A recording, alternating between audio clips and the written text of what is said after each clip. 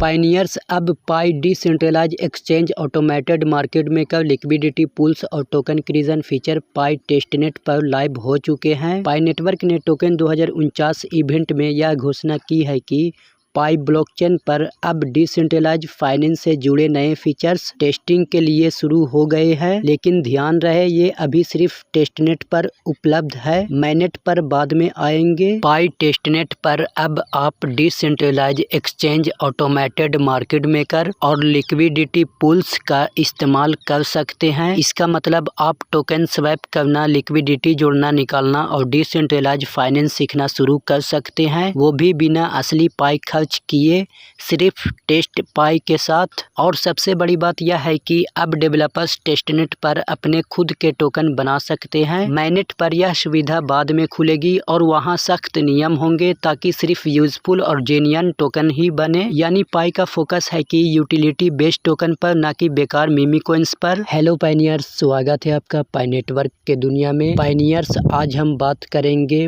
पाई network के एक बड़े अपडेट के बारे में। Pi decentralized exchange automated market maker liquidity pools और टोकन क्रिजन फीचर के बारे में। इससे पहले अगर मेरे चैनल पे नए हैं तो मेरे चैनल को सब्सक्राइब कर दीजिएगा, वीडियो को एक लाइक कर दीजिएगा। तो चलिए चलते हैं पाई नेटवर्क के दुनिया में, वीडियो पे बने रहें। Pi decentralized exchange automated market maker और टोकन क्रिजन फीचर अब पाई टेस्टनेट पर लाइव हो चुके हैं। पाई नेटवर्क ने टोकन 2049 इवेंट में घोषणा की है कि उन्होंने अपने ब्लॉकचेन पर नई सुविधाएं decentralised exchange automated market maker और टोकन क्रिजन लॉन्च की है। अभी ये सिर्फ टेस्टनेट पर अवेलेबल है ताकि लोग और डेवलपर्स इन्हें इस्तेमाल करके सीख सके। mainnet पर ये बाद में आएगी जब तक टेस्टिंग सफल होगी। डेवलपर्स और पायनियर्स यहाँ पर टोकन स्वैप, लिक्विडिटी जोड़ना, निकालना और डिसेंट्रलाइज्ड फाइनेंस टूल्स का प्रयोग कर सकते हैं। ये सारी गतिविधियां अभी सिर्फ टेस्ट पाई, नकली टेस्ट कॉइन के साथ होगी, असली पाई के साथ नहीं। इसका फायदा यह है कि पायनियर्स डिसेंट्रलाइज्ड फाइनेंस की असली तकनीक को सीख और समझ पाएंगे ताकि जब mainnet पर यह खुले तो लोग फाइनेंशियली एजुकेटेड होकर भाग ले सके। डिसेंट्रलाइज्ड एक्सचेंज और ऑटोमेटेड मार्केट मेकर को काम करने के लिए टोकन चाहिए, इसलिए पाई ने टेस्ट पर टोकन क्रिजन की सुविधा भी दी है। डेवलपर्स अब अपने खुद के टेस्ट टोकन बना सकते हैं और उनका प्रयोग लिक्विडिटी पूल्स और ऐप्स में कर सकते हैं।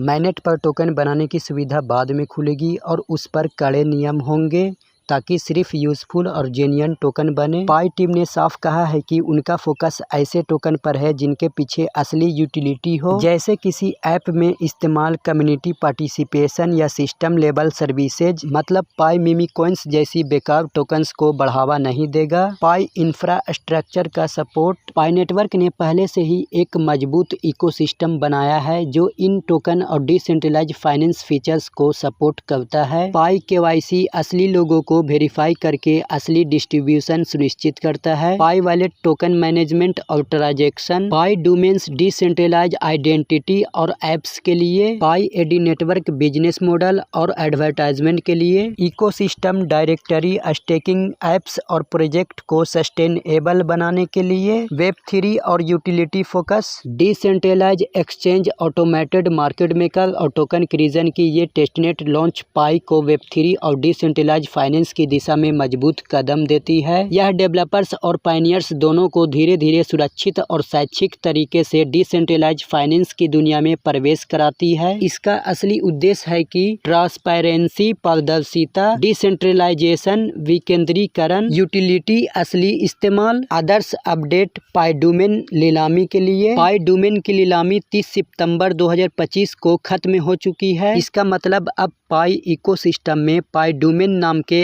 ऐप्स और सर्विसेज के लिए यूज होंगे। यह पाई इकोसिस्टम में एक बड़ा कदम है क्योंकि यह प्लेटफॉर्म लेवल यूटिलिटी है। अब पायनियर्स अपने डोमेन्स को क्लेम करने के लिए एक स्ट्रक्चर प्रक्रिया से गुजरेंगे ताकि डोमेन सही प्रोजेक्ट, ऐप्स और व्यापार कॉमर्स के लिए इस्तेमाल हो, न कि गलत तरीके से बड़ी संख्या में हड़प लिए जाए। पाई डोमेन नीलामी क्लोज होने के बाद क्या हुआ? 30 सितंबर 2025 को सभी पाई डोमेन्स नीलामी खत्म हो गए हैं। इसके बाद नए बिड स्वीकार नहीं किए जाएंगे, लेकिन अगर आखिरी 24 घंटों में किसी डोमेन पर बिड लगती है तो वह डोमेन का टाइम ऑटोमेटिकली 24 घंटे और बढ़ जाएगा। अगर फिर से नई बिड आती है तो 24 घंटे और बढ़ेंगे। इससे सुनिश्चित होता है कि हर किसी को फिर मौका मिले। पाई डोमेन्स नीलामी क्लेम करने की प्रक्रिया। पाई डोमेन्स नीलामी खत्म होने के बाद एक लगभग 2 महीने का डाटा रिव्यू फेज होगा। इस दौरान रिजल्ट की जांच होगी और पाई डोमेन्स नीलामी क्लेम प्रक्रिया की तैयारी होगी। इसके बाद विनर्स अपने डोमेन्स क्लेम करना शुरू कर सकेंगे। क्लेम करने के लिए शर्तें प्रारंभिक समय में पहला, विजेता को उस डोमेन से जुड़ा पाई ऐप्स कनेक्ट करना होगा। दूसरा, उस ऐप में ऑर्गेनिक यूजर्स की न्यूनतम संख्या होनी चाहिए। उदाहरण के लिए अगर व्यापारी मर्चेंट है तो उसे अपना स्टोर यूआरएल होना चाहिए और पेमेंट वाला पाई वॉलेट होना चाहिए और एक छोटा विवरण देना होगा कि यह डोमेन पाई यूटिलिटी को कैसे सपोर्ट करता है। पायनियर्स को पाई डोमेन्स क्लेम करने के लिए 1 साल का समय मिलेगा, मतलब असली व्यापारी और बिल्डर्स को पर्याप्त समय दिया जाएगा। ध्यान रहे, भविष्य में एलिजिबिलिटी की शर्तें आसान भी की जा सकती है। पाई डोमेन्स रेन्युअल और सुरक्षा उपाय। पाई डोमेन क्लेम फीचर रिलीज होने के 1 साल बाद रिन्यूअल करना होगा, ठीक वैसे ही जैसे बाहर की दुनिया में पाई डोमेन्स रजिस्ट्रेशन होता है। रिन्यूअल के समय भी यह देखना होगा कि पाई डोमेन का वास्तविक उपयोग हो रहा है। उदाहरण के लिए ऐप्स को असली उपयोग दिखाना होगा। मर्चेंट को न्यूनतम ट्रांजैक्शन दिखाने होंगे। इससे पाई डोमेन्स स्क्वाटिंग सिर्फ कब्जा करके रोका जाएगा। शुरुआत में किन्हें प्राथमिकता मिलेगी? पाई डोमेन क्लेम की प्रक्रिया शुरू होते ही यह 3 कैटेगरी पहले आएगी। पहला, डेवलपर्स के एप्लीकेशन। दूसरा, पाई ऐप स्टूडियो पर बने और कुछ ट्रैक्शन लोगों का उपयोग पाने वाले ऐप्स। तीसरा, मर्चेंट जिन्हें ऑनलाइन उपस्थिति चाहिए। पाई डोमेन का मेन गोल है कि पाई डोमेन्स का गलत तरीके से बड़े पैमाने पर सस्ते दाम में कब्जा करने से बचाना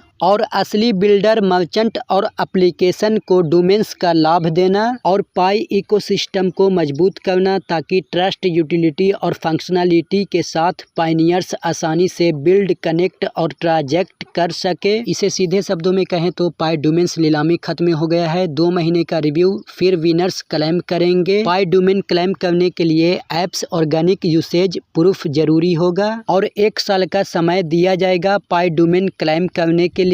और पाई डोमेन रिन्यूअल हर साल होगा जिसमें असली उपयोग दिखाना होगा। शुरुआत में डेवलपर्स, ऐप स्टूडियो ऐप्स और मर्चेंट को प्राथमिकता मिलेगी और असली प्रोजेक्ट को बढ़ावा मिलेगा। होर्डिंग और फर्जी कब्जे को रोका जाएगा। सीधे शब्दों में कहें तो अभी पाई टेस्टनेट पर decentralised exchange, automated market maker, liquidity pools और टोकन बनाने की सुविधा शुरू हो गई है। इससे डेवलपर्स और पायनियर्स सुरक्षित माहौल में डिसेंट्रलाइज्ड फाइनेंस सीख सकते हैं और टेस्ट कर पाएंगे। mainnet पर यह बाद में खुलेगा, लेकिन तभी जब यह यूटिलिटी बेस और सस्टेनेबल टोकन्स के साथ काम करेगा, न कि मिमी कॉइन्स टोकन की तरह। पाई धीरे धीरे वेब3 की ओर बढ़ रहा है ताकि पाई कम्युनिटी खुद का इकोसिस्टम बना और चला सके। इन सबको सपोर्ट करने के लिए पाई ने पहले से इंफ्रास्ट्रक्चर तैयार कर रखा है। पहला, पाई KYC। दूसरा, पाई वॉलेट। तीसरा, पाई डोमेन्स। चौथा, पाई एडी नेटवर्क। पांचवा और इकोसिस्टम डायरेक्टरी स्टेकिंग। ये सारे टूल्स डेवलपर्स और पायनियर्स को सच्चा वेब3 एक्सपीरियंस देने के लिए है। तो ये अपडेट पाई नेटवर्क को और करीब ले जाता है डिसेंट्रलाइज्ड फाइनेंस और वेब3 की असली दुनिया में। पायनियर्स को मिलेगा डिसेंट्रलाइज्ड फाइनेंस सीखने का मौका